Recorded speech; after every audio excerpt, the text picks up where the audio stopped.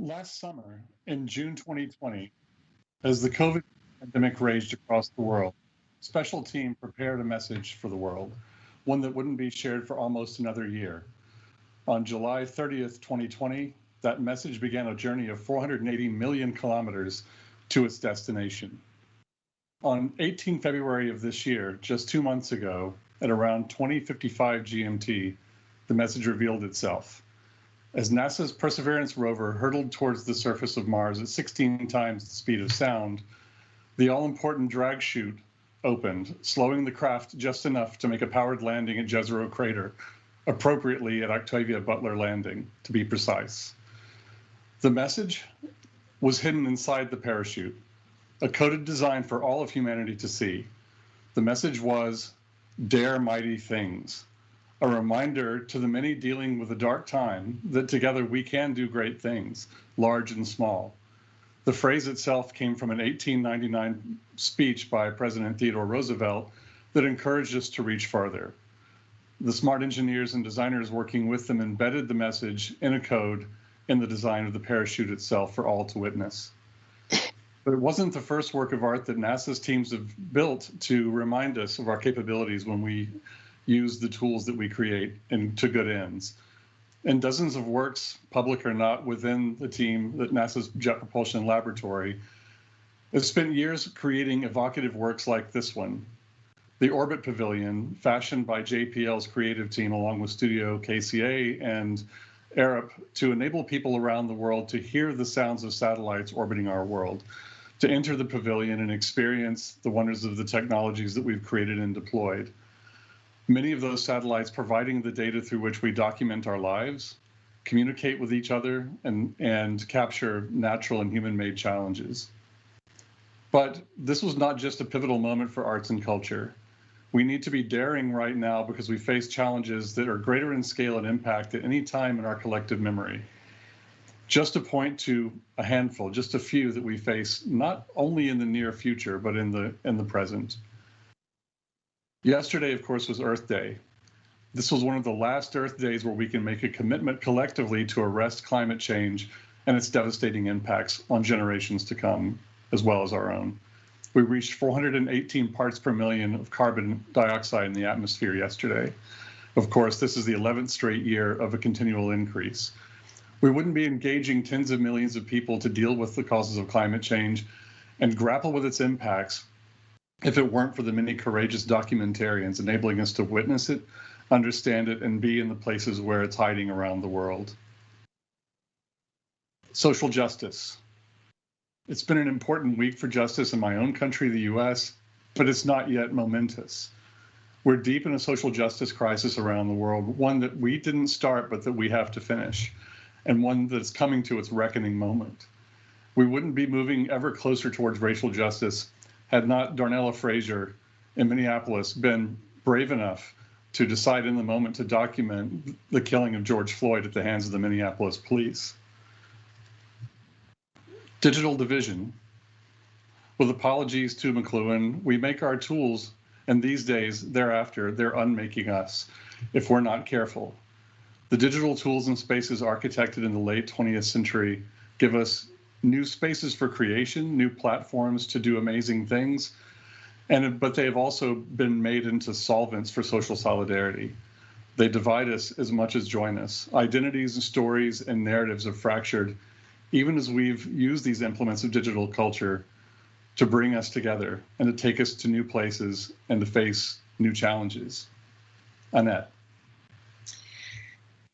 So, it's all grim. And then there's COVID, which has also been a bit of a shock to the system. But I think that also creates space, right? I work on the intersection of art, culture, and technology. And over the last year, everything really has been on fire. Even now, it's still smoldering. The whole creative industry, arts and culture, it's all a bit shell-shocked. Everyone's looking around really at the ashes and slowly blinking their eyes. Maybe, just maybe, having some initial thoughts about the future. So the pandemic's impact on art and culture have really only thrown a spotlight and sometimes accelerated the issues that have been long simmering. The broken economics of it all, the lack of diversity and diverse voices, the unnecessary competition between different institutions, and sort of also the weird siloization of art forms, visual art uses v theatre. I think in this moment, what we really want to be asking is, how do we make good art for diverse audiences that contributes to a society that we all want to live in? It's really as simple as that. The answers are harder. So how do we innovate and create in a way that we can afford it? Money, always important. How do we make work that lodges itself really in the heart and the imagination of audiences in a way that makes them want to change the world with us? There's a strong desire right now to respond to the technological and political shifts that are happening. It's present in arts and culture, but also beyond. There is a real need and a want to break with business as usual. It's making people and organizations rethink their missions and ask how they can matter more to people. How can we all break through these sort of shallow connections and unlock meaning, relevance, and change for the communities that we are part of and beyond? Because let's face it, as Scott pointed out, we have quite a lot of problems. But I also think we're in this sort of unique moment that there's quite a lot of goodwill, although there's a lot to discover. So when I look at CP8's docs and CP8's labs,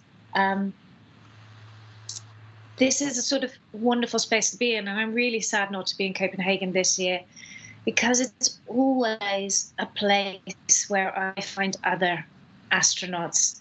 We are the ones that are interested in sea change, in traveling into the new, into the future. We are the kinds of people that want to make things and do things that have never been made or done before. And it's exciting and it's beautiful and it's important. I think in this time, digital activity obviously has exploded over the last year. But also it's shown that there's a lot of catching up to do. Innovation is just a very complex business.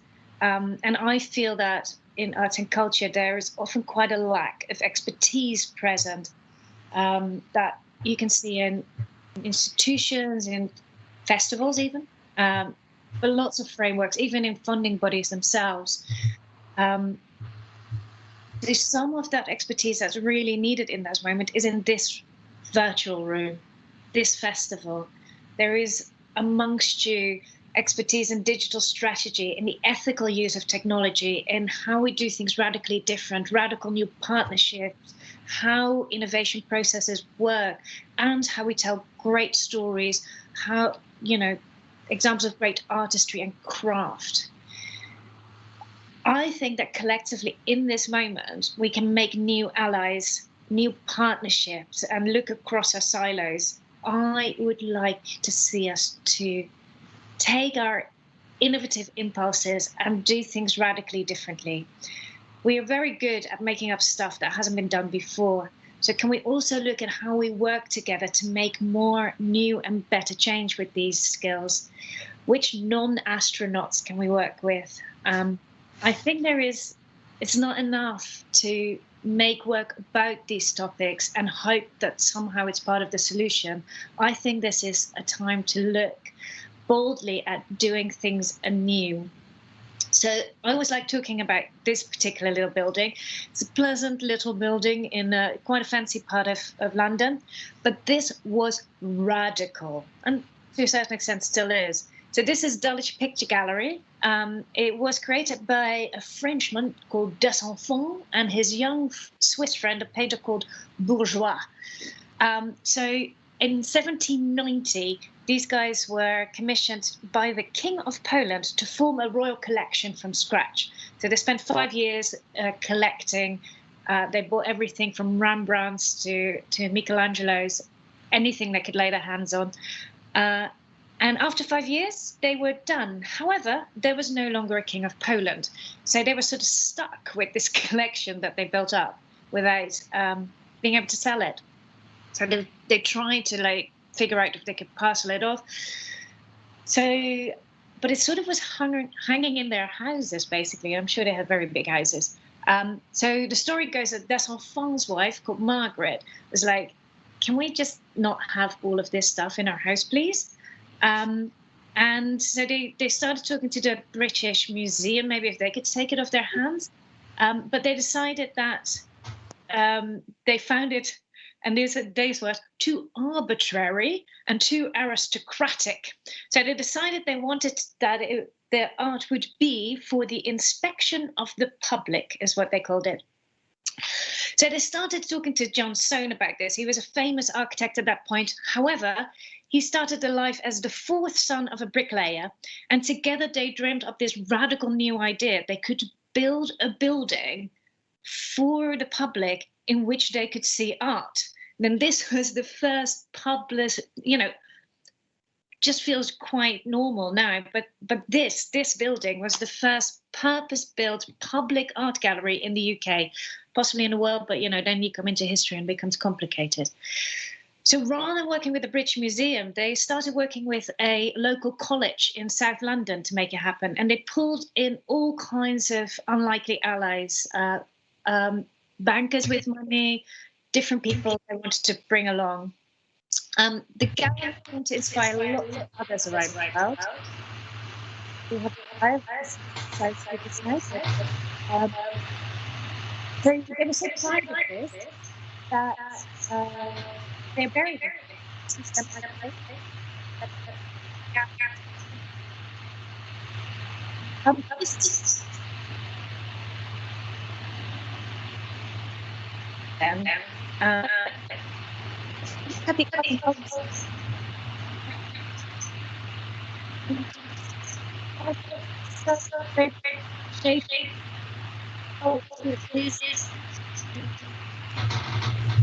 how it's made, what's made, who it's for. And I think technology offers the opportunity to be a tool, an ally to imagine new ways of making art, how it's made, how it's shown, who gets to make it, who it's for, how it meets its audience, and where we can radically challenge everything from ownership and impact and public space and really what is valuable and to who. As Scott said out earlier, there's a lot to engage with and a lot of challenge and change needed in the time to come. So I currently work at the Royal Opera House in London. I don't come particularly from a place of opera and ballet. It's not something that I engaged with. But when I started considering working at the Opera House, I got really inspired, actually. I'm a bit of a structure nerd. I love structures and nicking structures from anything from commedia dell'arte, like old Italian street theatre, to jazz musicians, film editor. I like stealing structure. And opera and ballet are sort of, if you think about it, mental. They're supposedly narrative forms, but actually they're also like the worst possible narrative forms you can think of. I'll either dance a story at you or I'll sing it in a way that you won't understand it. So that in itself became interesting to me. They are art forms that are so big that you can't really take them in one form. That's sort of the point of them. The point is the emotion and the experience are so overwhelming and so big that you can't help but feel your way through it. And that's what these things bring to the table. Opera calls this Gesamtkunstwerk, total artwork. I think that this kind of immersive work that's presented today and in the festival and all the sort of amazing people you're going to see and hear and speak, see and hear speak, is sort of that, is a 21st century of that. It combines disciplines and senses. It immerses you in a way that you lose yourself, and it just, if it does its job well, it allows you to feel all the feels. It should change how you see the world, but also how you feel about the world. And I think that's what we're after here. I think for audiences, the experiences of your work starts when they first hear about it and stops when they stop talking about it. So art survives the ages is the kind of art that lodges itself in the audience in a way that they never stop talking about it, that they keep returning to it because it gave meaning and it impacted on their lives, their thoughts, their actions, and it continues doing so. So I think what's exciting to me is that we're sort of at the start of the creation of a new canon, really. The canon is used in English and by places like the Opera House to describe sort of the sanctioned body of work, like the literary canon or the theatrical canon. These are like the great works. And because things are so new and so possible, and we are the astronauts in it, we get to make the first steps towards a new canon with new forms. I think in opposite ways, we're also just building on the existing canon, right? All art and creative expression builds on things that have gone before. So we can work with cultural institutions, with charities, and with city planners. We can take over and repurpose the stage. So this, for example, is a hyper-reality opera that we're currently making. It's opening in May if you happen to be in London. And we build it on their stage. And I think that's what I like this work to do. I think we can offer the expertise and help to reshape organizations to think anew how to open themselves up to the world, how to create value, how to create relevance. How does art and culture change the world? I think there's a lot of strange new doors to be tried, to be opened and abandoned. I would love us to do that with as many partners as possible. So please, my fellow astronauts, bring your imagination and skills to the places where it matters most. The work that Annette's been speaking about and the work that many of you do is the work that actually helps us dare. This is the work that continues to remind us that now is not the time to look away, to look inward or be entangled by politics or business models or new technologies and the kind of minutia of how we solve small problems. The scale is massive, the stage is huge, and we have a duty to keep our eyes fixed on these challenges and to use the tools that we can create with the tools of art and culture to encourage others to come and dare along with us. And I love this quote that I just saw recently from Hans Ulrich Obrist, the Serpentine, to close this idea that if images rule dreams and dreams rule actions, then artists have a particular responsibility at this critical juncture of human civilization to help us dare mighty things and to meet these challenges. Thank you.